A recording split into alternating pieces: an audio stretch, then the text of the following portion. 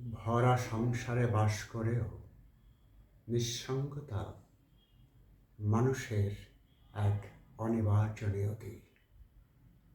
প্রতিটি মানুষই কোনো না কোনো মুহূর্তে নিজেকে বড় অসহায় মনে করে। কেন মানুষ তো ইমপারফেক্ট। সেই ইমার্শনের বাণী মনে আসে, I the imperfect adore my own perfect.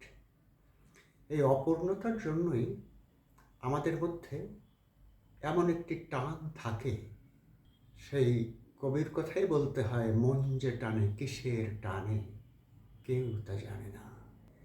এইরকম ভাবাবেগপূর্ণ মুহূর্তে বিশ্বাসীরা তার প্রভুর শরণাপন্ন হন।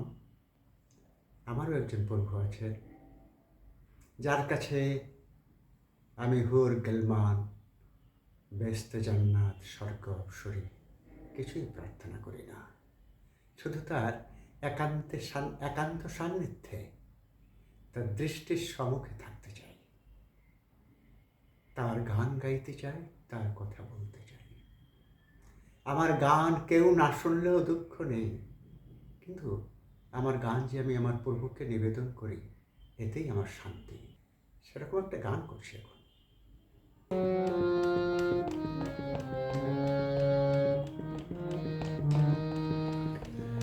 প্রতিদিন তব গাথা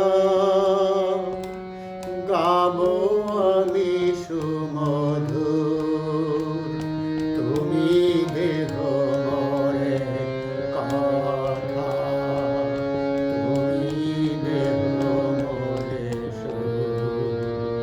প্রতিদিন তব গাথা গাবো আমি সুমধুর, তুমি দেহ মরে কথা, তুমি দেহ মরে সুর।